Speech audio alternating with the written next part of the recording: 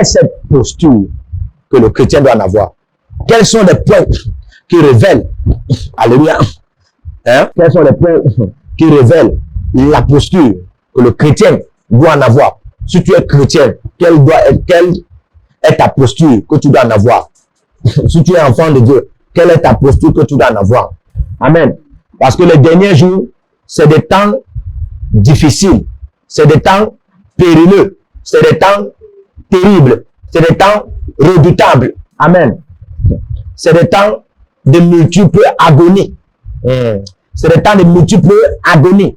Alléluia. C'est des temps de terribilité, de pénibilité. Alléluia. C'est des temps de l'onction de pénina. Amen. Ah oui. Donc il faut comprendre ces temps. Alléluia. Donc Dieu demande une posture.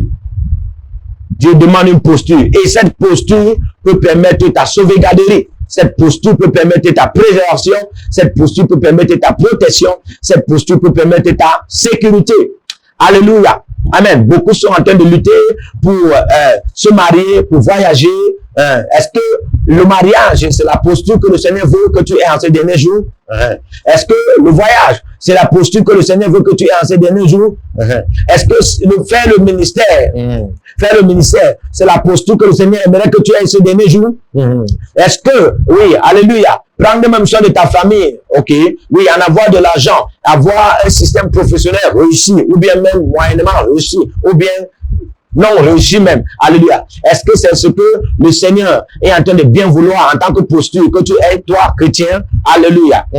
Amen. Il faut se poser 1000 questions. Vous savez, chaque jour de ma vie, je pose les questions au Seigneur. Jusqu'à présent, j'attends des réponses. Parce qu'il y a des questions que, frère, ce n'est que dans son règne que tu poses la question là, mon ami, c'est à l'éternité qu'il va te répondre. Alléluia. Il y a des questions que je pose, hein. Il y a des questions que je pose au Saint-Esprit. Par exemple, je lui ai posé la question de savoir combien de personnes il veut même avant que le monde s'est fini. Combien de personnes il veut? Parce que je sais qu'il y a un chiffre qu'il veut atteindre. Chaque personne va atteindre un but. Et le but a un chiffre déterminé. Alléluia. Combien de personnes il veut. Parce que quand je fais souvent des méditations, il me rend compte que tu vas aller dans telle église et l'homme de Dieu là va dire que Dieu m'a dit que opération 10 millions d'âmes. L'autre va là, opération 20 millions d'âmes. L'autre va dire opération 50 millions. Mais quand tu vois un évangéliste, il rassemble au moins 380 millions de personnes. Tu restes dedans à poser la question pour toi, c'est comment? La seule question que, amen, la seule question que tu peux poser à Dieu, à la frère, comme moi, amen, c'est en réalité, Seigneur, pardon, ne te fâche pas. Quel est le nombre réel que toi tu veux? Parce que tantôt là-bas c'est 10 millions, tantôt c'est 20 millions, tantôt là-bas c'est 50 millions. Hein? Finalement, tu veux combien? Dans 7 milliards, on tend à 8 milliards de personnes sur la terre. Jésus lui-même veut combien? Et étant donné que tout le monde ne va pas aller au paradis, alléluia, tout le monde va pas aller au paradis, amen.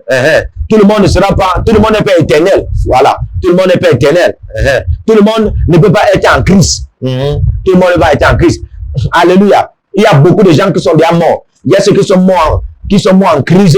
Il y a ceux qui sont morts en antichrist. Il y a ceux qui sont morts en Christ. Donc, alléluia. Donc, ils sont nombreux comme ça là. On ne sait pas qui est qui. Donc, qu'est-ce que le Seigneur veut? Voilà la posture du chrétien en ces fins de jour, en ces fins de temps, en ces derniers jours. Amen. Donc, ici, ce n'est plus, il n'est pas mieux arrêté pour prier. Non. Ici, ce n'est plus, quand il va rentrer à la maison, il va prier. Non. Ici, ce n'est plus, vraiment, ici, là, on me dérange, je ne prie même pas. Non, frère, le chrétien, dont le dernier jour va trouver, le chrétien qui va trouver le dernier jour, qui sera toujours là. Frère, connaissant la vraie définition, la révélation des derniers jours. Alléluia. Ne pourra pas programmer la prière. Il ne pourra pas programmer la prière sur une montagne, sur une vallée, dans une forêt. Amen. Ou bien dans une chambre. Frère, à l'heure-ci, il n'y a pas chambre haute, chambre secrète, chambre basse. Non. À l'heure-ci, partout, c'est la chambre de prière. Il faut toujours prier.